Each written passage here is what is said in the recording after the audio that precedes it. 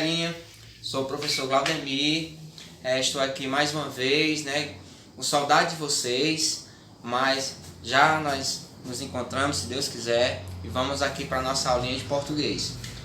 Nós vamos focalizar aqui mais um pouco da variação linguística, porque nós já demos início, mas eu vi a necessidade de focalizarmos mais um pouco em relação ao processo de variação, que é muito importante. Veja esse exemplo que está aqui. Hoje está fazendo um baita sol.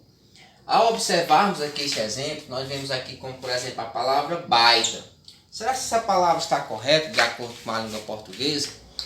Bom, eu posso até falar a palavra baita, mas na escrita não é aceitável. Para os linguísticos, em relação ao estudo da língua, da linguagem, nós podemos falar a linguagem incorreta, mas na escrita jamais poderemos escrever conforme nós pronunciamos. Se eu falo te amo Brasil ou te amo Brasil, eu vou escrever conforme eu pronuncio? Não. Nós temos que ter a preocupação em relação principalmente o quê? A escrita.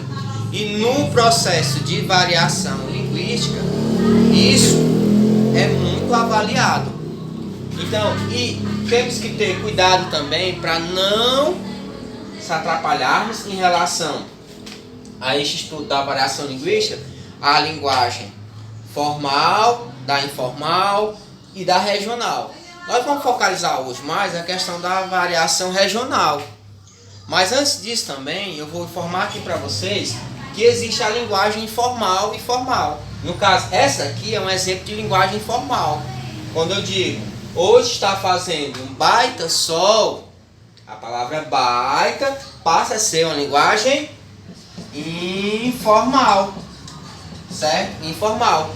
Que podemos, muitas vezes, nos confundirmos com a linguagem regional. Nessa linguagem aqui, na linguagem regional, poderia até, se fosse para marcar, para vocês marcarem, se a linguagem utilizada aqui fosse linguagem informal ou regional, a maioria de vocês poderiam até marcar a linguagem regional.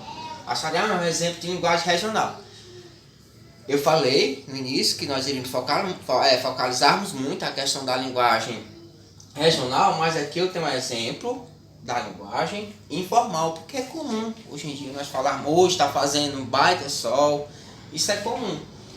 Mas nós temos também a linguagem regional, que não foi o exemplo aqui citado. Na linguagem regional, como por exemplo, é a forma do paulista falar, do carioca, do cearense. Eu não sei se vocês já perceberam, mas existe uma variação na pronúncia de algumas palavras. Como por exemplo, vocês já perceberam como é que o paulista pronuncia a palavra porta? E como é que o cearense também pronuncia a palavra porta? Como é que o pernambucano pronuncia certas palavras? Ocorre uma pequena variação. Isso é chamado de quê? Isso é chamado de variação linguística. Se você chegar, por exemplo, lá em Pernambuco e for comprar o peixe, for comprar o cará, como conhecido aqui o cará, chega lá, eu quero um quilo de cará. Eles não vão lhe vender. Por quê? Lá eles conhecem como tilápia, que é o cará que nós conhecemos aqui. Assim como outros exemplos que eu vou citar agora aqui para vocês. Trazendo mais um exemplo para vocês, nós temos um exemplo aqui como o pão, no nosso dia a dia, que nós tomamos no café da manhã. No Rio Grande do Sul, como é que ele é conhecido? Cacetinho. No Ceará, carioquinha. No interior do Nordeste, pão agudo. Na região Norte, carequinha. Na França, pistole. Em Portugal, carcaça, ou cacete. Galerinha, temos aqui um conteúdo novo, mas de uma certa forma já faz parte do nosso conhecimento. Tenho certeza que você já viu isso aí, que é o substantivo. E vocês vão desenvolver esse estudo de vocês, que eu vou hoje aqui explicar, na página 82 a 85, no livro didático de vocês. E falar sobre o substantivo, nós vamos ver aqui também as suas classificações. O que vem a ser, logo, primeiramente, o que vem a ser substantivo? Substantivo é quando nós, seres humanos, nomeamos os seres. Um determinado indivíduo desse mundo falou que isso aqui, por exemplo, é um pincel. Então ele foi nomeado. Então ele passa a ser um substantivo. Tudo aquilo que você nomeia, né, que você passa a dar nome, passa a ser um substantivo. Independentemente daquilo que você nomeou, ele vai fazer parte de uma dessas classificações. Ele pode ser próprio, ele pode ser comum, ele pode ser concreto, ele pode ser abstrato, ele pode ser primitivo, ele pode ser derivado, simples, composto, coletivo, vai ver depois também em uma outra aula. Enfim, ele recebe uma dessa classificação. Agora, por exemplo, você tem em casa, você tem um gato, um cachorro, e você nomeia o nome àquele ser, passa a ser o substantivo próprio. Se você saiu com seu pai, com sua mãe, falou que foi a uma determinada cidade, como por exemplo Guaraciaba, São Benedito, outra cidade, vai corresponder a palavras referida à cidade, vai corresponder ao nome próprio. Então, muita gente fala assim, muitas pessoas, aliás, falam assim, então quer dizer que o nome de pessoas, lugares, vai corresponder ao nome próprio? Sim. Quando nomeamos esses seres, vai ser certamente um nome próprio, em relação ao nome de uma pessoa, ao nome de um lugar. Comum, o próprio nome já especifica isso, que passa a ser comum a todos, né? Como o pincel, o lápis, o caderno de vocês, o livro didático de vocês. Concreto, eu destaquei aqui em relação ao concreto, o real, o imaginário, porque na concepção de alguns estudos que se fazia antes, concreto é aquilo que podemos tocar, né, que podemos manusear. Mas em um estudo mais amplo, mais específico, vimos que o concreto não corresponde a apenas isso.